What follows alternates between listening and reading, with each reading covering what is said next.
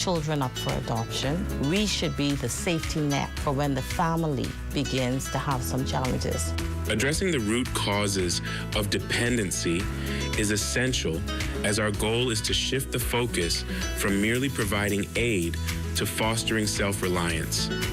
We must be prepared to move persons from dependency to self-sufficiency to economic empowerment. And I'm asking the public to join us on this journey. This has been the Heartbeat Brief, an inside look at the Ministry of Social Services, Information and Broadcasting. Your #1 team in the North. Only the sun covers the Bahamas better. And that concludes the Bahamas Tonight, the Northern Edition. On behalf of the entire news team here in the North, I'm Ramiko Knowles. Thanks so much for watching. Here's a live look at the Bahamas Tonight, coming your way next. ZNS News is brought to you by the new BTC. Fiber is here. Faster, stronger, more reliable. Together, we are unstoppable. Switch today. First at 11.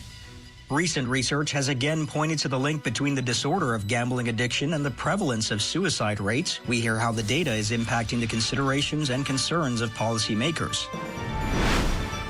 Also, parliamentary proceedings address the defense bill, which is set to impact both the size of the Royal Bahamas Defense Force and the quality of its Marines. And a night of elegance for a worthy and serious cause, the upcoming annual Cancer Society Ball, a significant event marked on many calendars. The Bahamas Tonight at 11 starts now.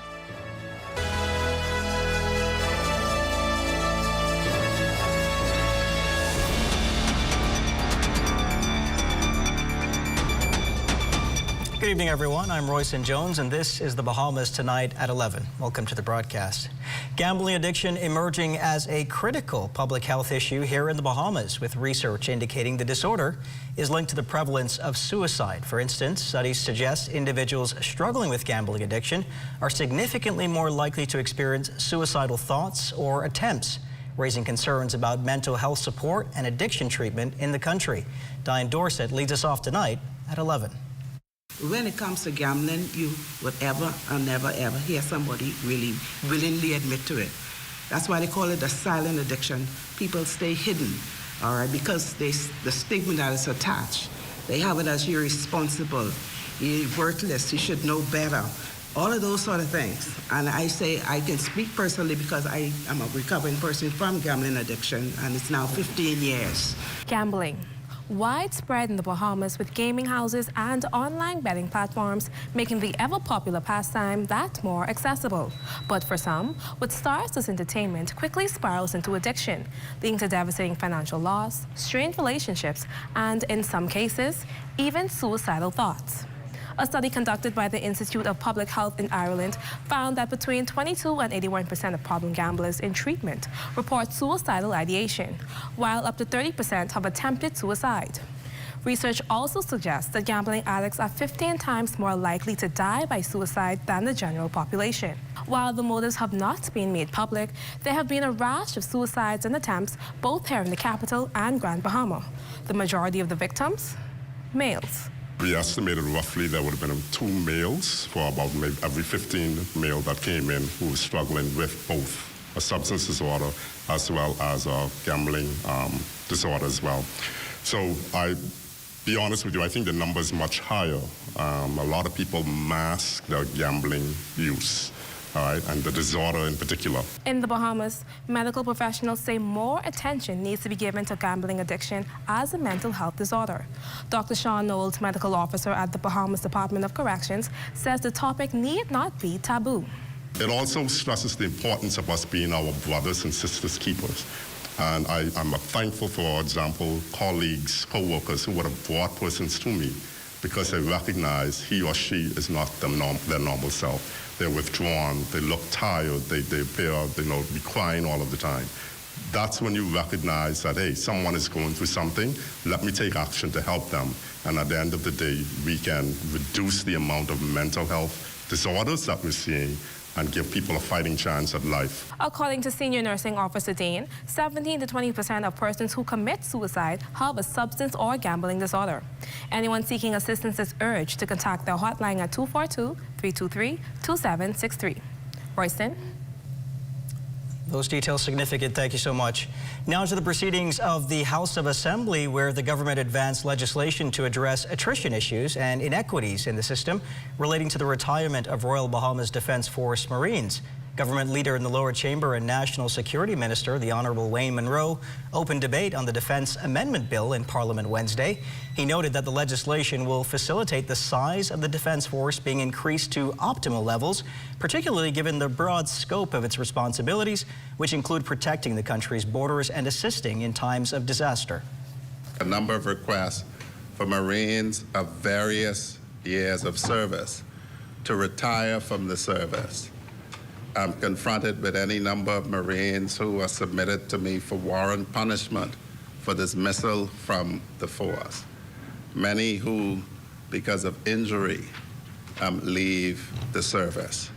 And so, Madam Speaker, this, as I say, is a very incremental step to address attrition, and that is simply when I next look at this list, Madam Speaker, after this bill is passed, the retirement age of every Marine, if they wish to, should say 60. The National Security Minister added that in order to continue serving on the Defense Force, Marines and officers must pass a fitness test with specific metrics. And so the public can rest assured that the only military that we have in this country, the Royal Bahamas Defense Force, is manned with men and women who are not only committed to the service, but fit for the service. Well, the bill securing the opposition support, however, its leader, Michael Pintard, charged that some Defense Force officers are still waiting for their outstanding issues to be sorted out. If he has names of officers who are waiting to be resolved in terms of proper calculation of their pensions, which is something this administration took on, that they just were content to sit and watch. If he has names, he can certainly provide them. Around 250 Defense Force officers are still affected by pension and gratuity payments for roughly, Madam Speaker, just under $1 million. As I said earlier, efforts have been made, but monies are still outstanding. In other news, the Free National Movement is demanding answers from the government amid a major shakeup at the Parliamentary Registration Department, where the acting commissioner has been reassigned. This on the heels of the department's criticism over the recent local government elections. Corville Pyfram has more in this report. Opposition leader Michael Pintard concerned about the news of the abrupt departure of acting Parliamentary Commissioner Arthur Taylor. Concerned mostly, Pintard says, by the government's silence on the issue. And so it is my concern that they have moved this gentleman without explaining to the public in a fulsome way what are the underlying issues. Taylor and his team at the Parliamentary Registration Department have come under fire for what some consider their botched handling of the recent local government elections. The process, hammers critics, was riddled by delays, ballot errors, and many missteps. We need a fulsome explanation and a briefing, preferably from the Prime Minister. Worst case scenario, the minister in charge of that area. As for that fulsome explanation demanded by the opposition, National Security Minister Wayne Munro, who is the minister responsible for the Parliamentary Registration Department, was careful with his response, making his remarks most notable for what he did not say. I was away, returned Monday. When I returned, I was advised that Acting Commissioner Taylor had sought and been granted leave to proceed on vacation leave. I've been advised that he had written not to me, but to OPM asking for a transfer. And in due course, no doubt the documents will be forwarded to the ministry and we'll have a look at them. And this was as much as the minister was prepared to say on the matter. As for whether he was sad to see Taylor leave and his handling of those elections, you can always do a better job at everything. There are no sacred cows in this country. No organization should rise and fall and become disastrous if one person exits. If you find yourself in that position, you have failed. And so just as commissioners of police have changed, commissioners of correction has changed, it would appear that there's going to be a change in the commissioner, the parliamentary commissioner. For the Bahamas Tonight, I'm Corvell Pyfrom. Residents will soon reap the benefits of solar power with the help of independent power producers. Prime Minister, the Honorable Philip Davis, made the announcement Monday during the signing of a power purchasing agreement with Madeline Solar Power Limited, which is expected to construct a 20-megawatt system at the Blue Hills Power Complex. Across our family islands, independent power producers are laying the foundation for a cleaner, more independent energy future for our family islands. From Abaco to Andros, Ilusura to Exuma, Long Island to San Salvador, the shift is happening with tailor-made solutions for each island. The partnership between the government and the Bahamian company will last 15 years, with the construction phase to be completed within 18 months. Energy Minister, the Honorable JoBeth Colby Davis, expressed hope that the new solar grids will turn into more savings on electricity. The minister expounded on how the PPAs will work, the benefit for all stakeholders, and the next course of action for Madeline. Build, operate, transfer. So they're going to build the facilities. They're going to assist with training BPL teams to operate in the renewable field. It's going to be new for BPL, so we're excited about them getting that training. And then at the end of that period that they serve as independent power producers, it'll be transferred as to BPL. It's going to be right here at Blue Hills Power Station, so some of the land just further back. That is the utility scale for Madeline. And then we have two other locations. If you recall from the request for proposal, one location was further at Coral Harbor, and the next one is closest to CV Bethel. Major upgrades continue on runway 1432 at Lyndon Pindling International Airport, a critical part of the airport's long-term infrastructure improvements to enhance safety and operational efficiency. There is, however, a downside. LPIA officials acknowledge that a project of this scope and scale can mean delays for travelers during peak operational periods, further impacting wait times for large commercial and small private aircraft using the airport infrastructure. The upside, the work is critical to enhancing LPIA's operations and future growth long term. Still to come, another blood bank donor request. You're watching the Bahamas Tonight at 11. More news in a moment. Step into a life of luxury and convenience with the Commonwealth Bank Platinum Card.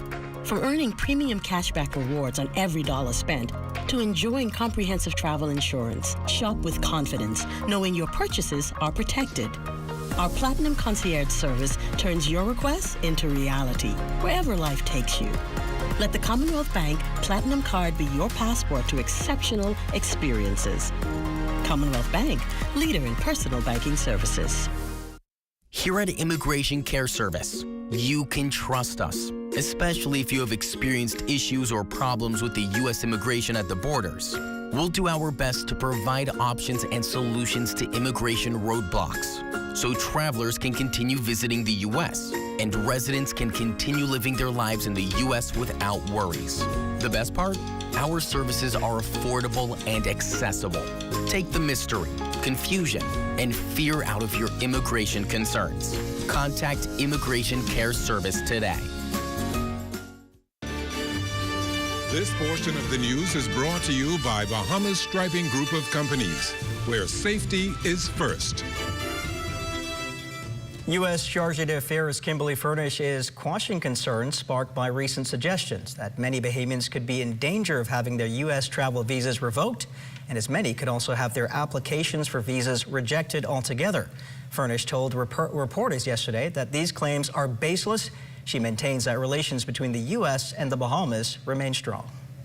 We've had good visa relationships now, in the past, and always. I think if you're coming in for a visa interview, be honest with it during the interview, use your visa well, and there are no problems there, right? That's all. It's all just about following rules and regulations, and Bahamians are very good at doing that. So we're really proud of our relationship there. Over on Eleuthera, authorities confirming the body of a man was found near the vicinity of a business establishment in Governor's Harbor around 10 o'clock this morning. Authorities say the body was discovered in an advanced state of decomposition. An autopsy will be performed to determine the exact cause of death. Donating a pint of blood to save a life is an ongoing appeal made by officials of Princess Margaret Hospital's blood bank. The blood supply varies based on the demand and is good for about 35 days. But there's recently been a high volume of flyers circulating for public blood donations. Hospital Administrator Jessica Cartwright says she appreciates the urgency of families to engage their loved ones who are in need of blood. However, she wants to dispel any myth behind the flyers. There is a myth that we would take this opportunity to debunk, and that speaks to if a pint of blood is given to a relative, that is the pint that came through the flyer.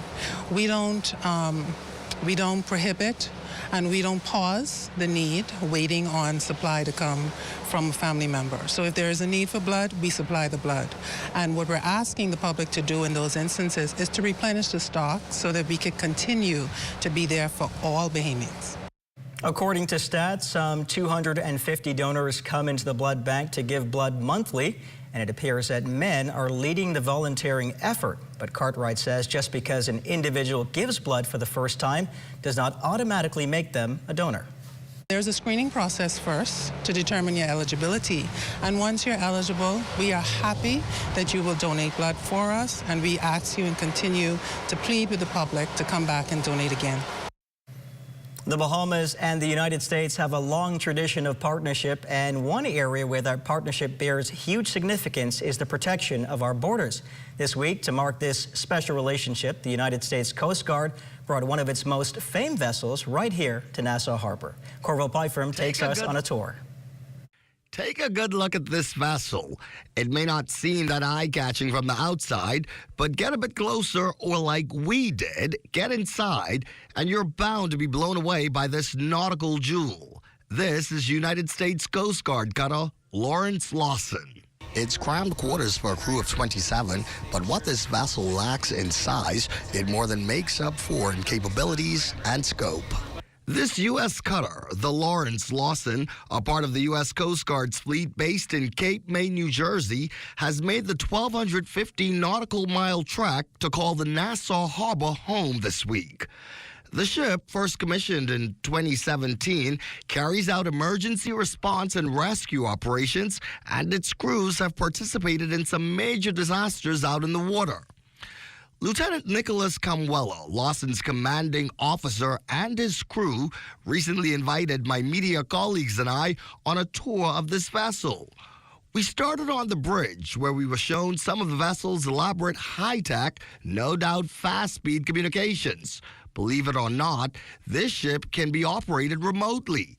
There are staterooms, living quarters, a place to just relax for these men and women who are often out at sea up to 7 days at a time and stationed to this vessel, like in the case of Lieutenant Camwella, up to 2 years.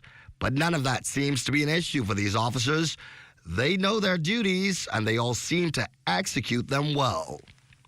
She's, and yes, this baby is a girl despite her name, sits still for now here in the Nassau Harbor, but don't let that fool you. She can go real fast when she needs to, as Lieutenant Camwell explained when he showed us the engine room.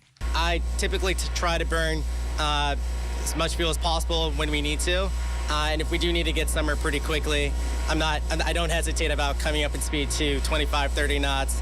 But generally, depending on where the area we are, traffic as well, what things look like, the weather. I won't go 30 knots in 7 to 8 foot seas, but if they're 2 to 4 feet seas, very doable, very easy. But always going to be a conversation with Sector Commander as to how fast can we get to that location.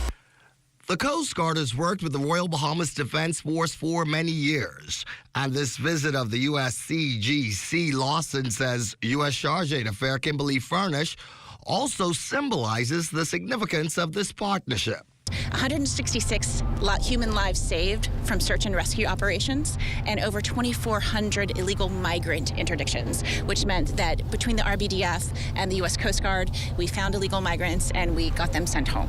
For the Bahamas Tonight, Access Now, I'm Corville Pyfrom. Thank you, Corvell. The Cancer Society of the Bahamas is gearing up for its highly anticipated 2025 Cancer Society Ball.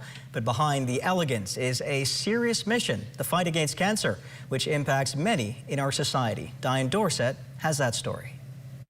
The Bahamas has one of the highest breast cancer rates in the region, with nearly 1 in 8 Bahamian women diagnosed in their lifetime. And for men, prostate cancer accounts for a staggering 42% of all male cancer cases. Consulting urologist Dr. Robin Roberts says while awareness has increased, there is still concern about cancer rates, particularly in males. We are aggressively pursuing awareness and education, and I think the men are listening. And so they are coming forth. Unfortunately, they are not coming forth as early as we would like to see them come, because we're still in a position today, 30 years later, where for every 100 men that come to see the doctor and is diagnosed with prostate cancer, in 70% plus of them, the cancer is already advanced outside the prostate. It's a tough reality, but the Cancer Society is looking to change that. Funds raised from the Cancer Society Ball directly support critical services for patients, including medical care, free screenings, and accommodations for those traveling from the Family Islands for treatment. The Society's treasurer, Beverly Larimore, says events like the ball are crucial in funding treatment and awareness efforts. We do a lot of awareness programs where we get into the schools or into the churches or into organizations and spread the awareness of cancer awareness. And that takes a lot of funding. One of our major aspects of contributions to the community is we provide free accommodations for cancer patients, especially from the Family Islands, who have to come in for treatments free of charge right here in this building. For the Bahamas Tonight, I'm Diane Dorset. Almajal Knowles has a look at what's coming up in sports tonight. Almajal? An opening day for the Bahamas Flag Football League. Details of that story and more coming up in sports.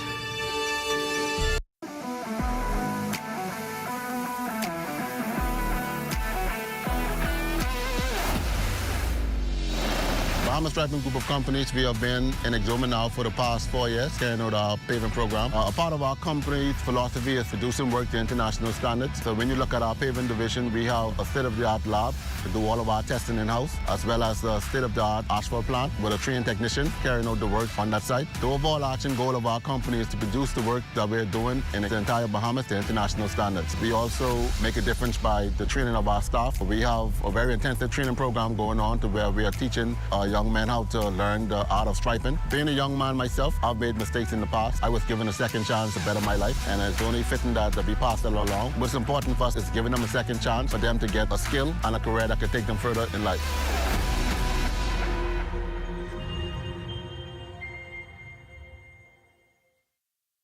Influenza, or the flu as it is commonly called, is a viral illness that usually occurs between the months October to March. The virus is transmitted from person to person through coughing, sneezing, or talking. Symptoms include fever, cough, headache, runny nose, generalized body aches, and fatigue.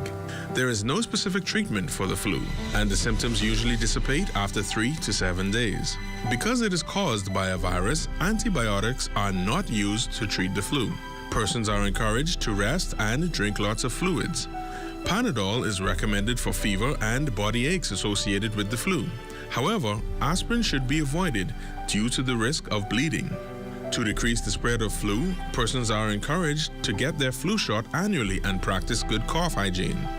Additional information can be provided by your community clinic or the Health Education Division at the Ministry of Health. This message is brought to you by the Ministry of Health in partnership with the Public Hospitals Authority.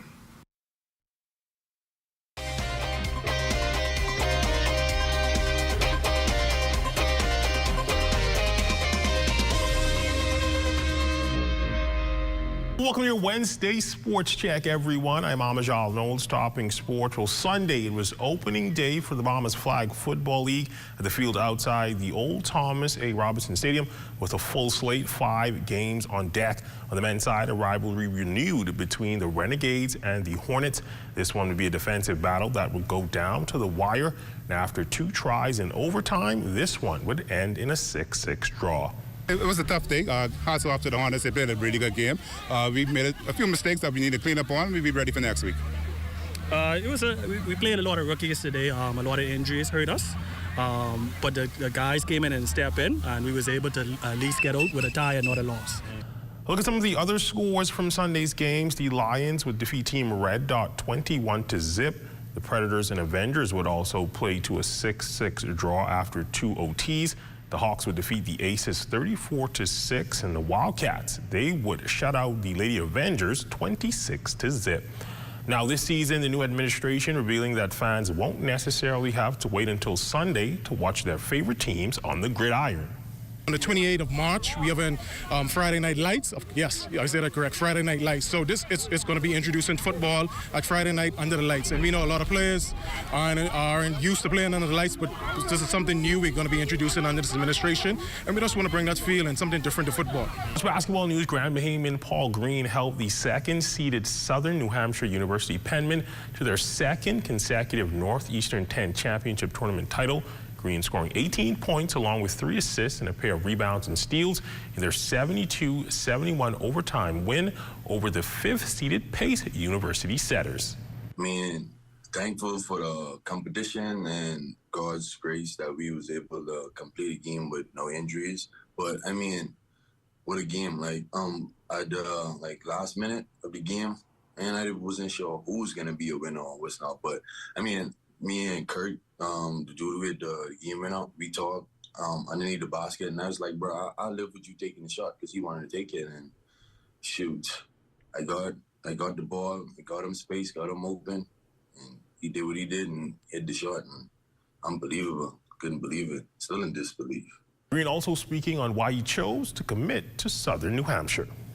This was a last-second option, but I'm glad I made the choice. But no school wanted to give me a chance coming from Chipotle, because the portal and numbers play a game and all that too. But I feel like it was destined for me to come out. And the first year I was a little shaky, but this year truly been a blessing. The 2025 Capital Union Bank National School Golf Championships wrapping up last week with the Windsor School at Albany repeating as the National High School Golf Champion, winning 3 of the 4 divisions, this time as opposed to 4 out of 4 a year ago. Bahamas Global Academy won the other division. In the National Primary Schools division, St. Andrews took 2 of the 4 divisions.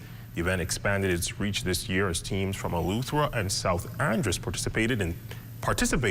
In total, over 400 young student athletes from nearly 30 schools in New Providence, Eleuthera, and South Andrews took part. About 600 rounds of golf were played by the participants at the 9-hole Blue Hills Sporting Golf Course. That's my look at your sports on this Wednesday. A check on weather when we return.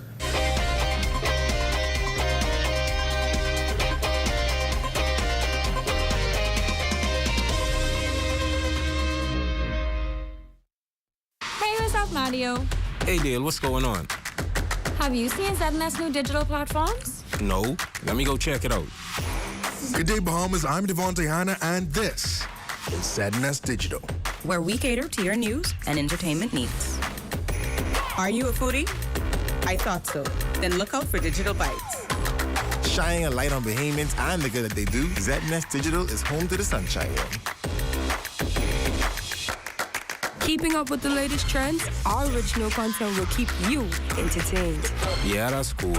But have you seen the new website? No, I didn't see it. Let me go look. We're still your most trusted source for news and information. That's ZNS Digital? Yeah, that's ZNS Digital, the people station in your pocket.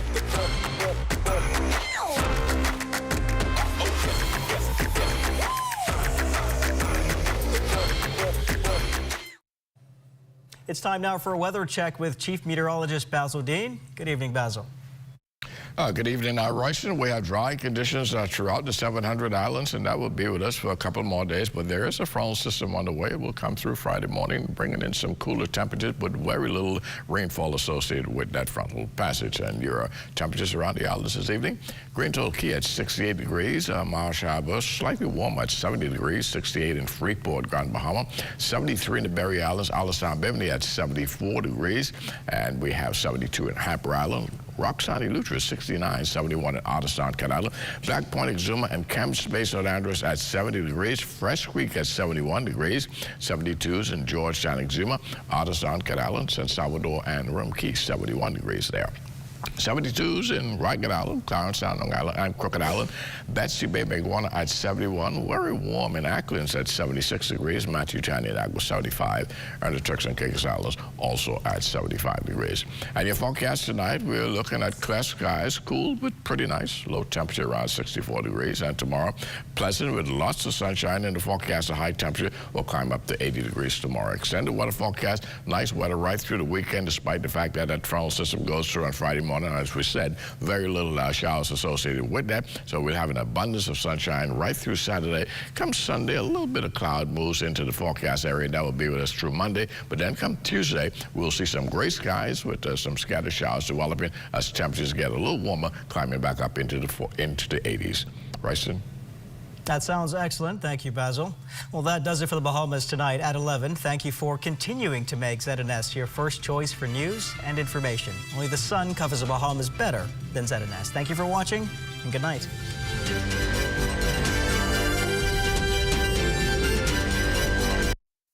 At Tonic Williams Darden Highway, I'm Tijaro Hudson. This is ZNS.